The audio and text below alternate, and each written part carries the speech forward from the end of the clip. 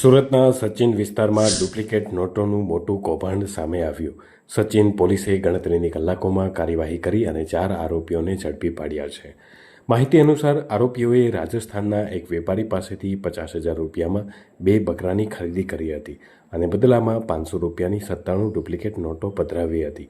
વેપારીએ સચિન પોલીસ સ્ટેશનમાં ફરિયાદ નોંધાવતા પોલીસે તાત્કાલિક તપાસ હાથ ધરી હતી. પોલીસે મોહમ્મદ ઉલ્ફત આલમ શેખ, નાઝીર અબ્દુલ અંસારી, રઈદ રશીદ સિદ્દીકી અને મોહમ્મદ જમાલ અબ્દુલ સત્તાર શેખને ઝડપી પાડ્યા છે. પકડાયેલા આરોપીઓમાંથી 3 ઝારખંડ અને 1 ઉત્તર પ્રદેશનો વતની હોવાનું સામે આવ્યું છે.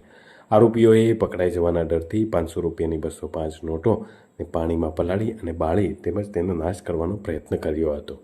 હાલ પોલીસે કુલ 322 ડુપ્લિકેટ નોટો કબજે કરી અને આ સમગ્ર કૌભાંડ મામલે આગળની તપાસ હાથ ધરી છે.